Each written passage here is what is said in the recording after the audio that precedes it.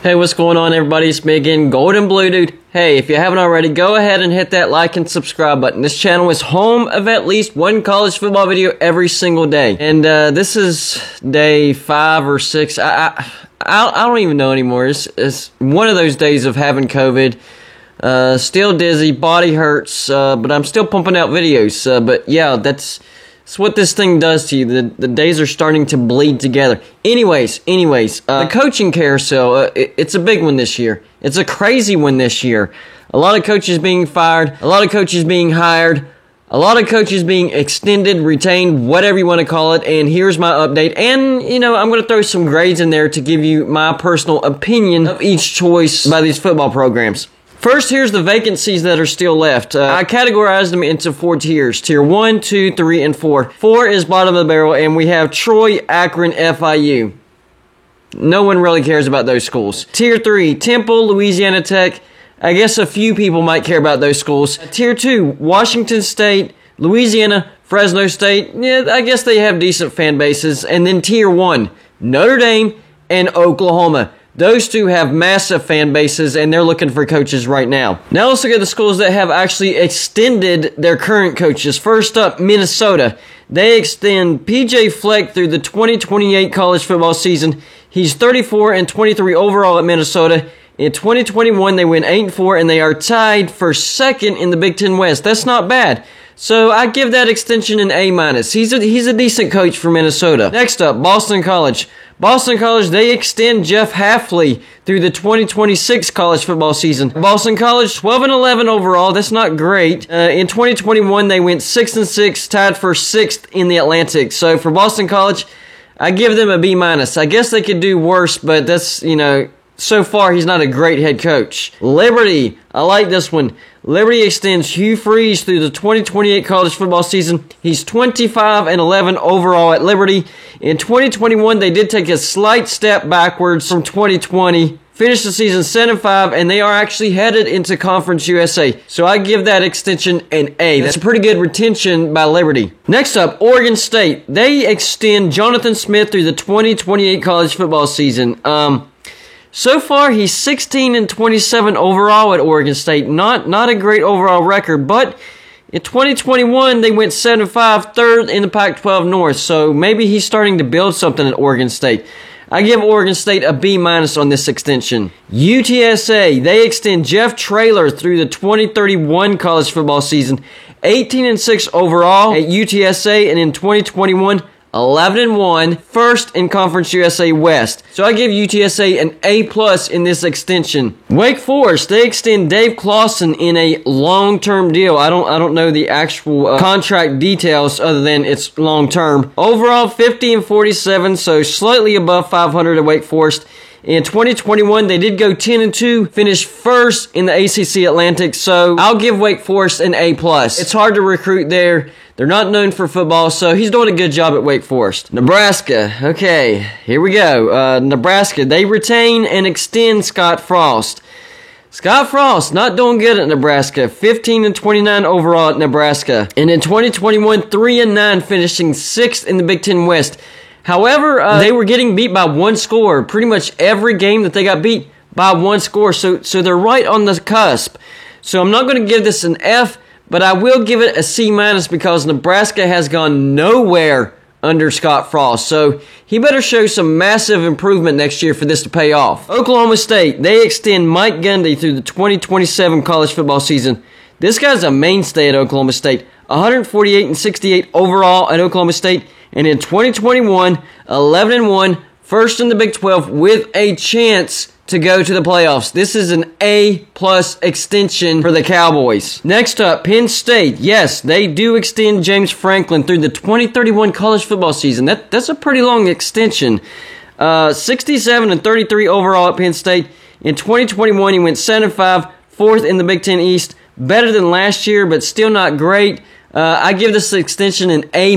James Franklin has proven to be a pretty good coach, but he kind of slid down in my grading because 7-5, that's not a great season, so needs to have some improvement next year for this to pay off. And finally, Kentucky. They do extend Mark Stoops through the 2027 college football season. That's actually good news for West Virginia because that's Neil Brown's dream job.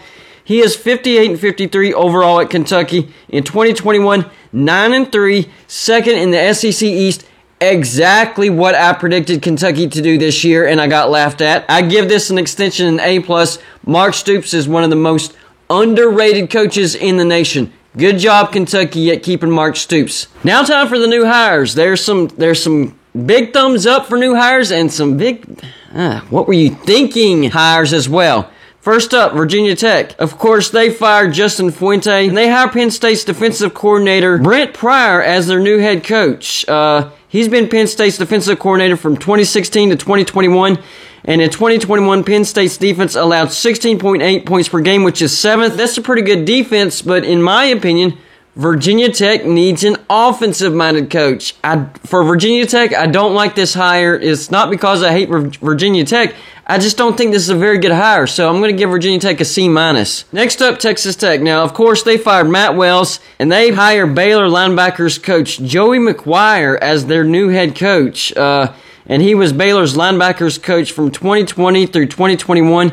He has a lot of assistant coaching experience, but no head coaching experience, so this is a bit of a head-scratcher. And I thought Matt Wells was actually turning a corner this year. I mean, Texas Tech, I believe they're headed to a bowl, so once again, another head-scratcher. But I'll give him a C just to see what happens. Georgia Southern, they actually hired Clay Helton, who got fired from USC, as their new head coach. Clay Helton went 46-24 overall at USC.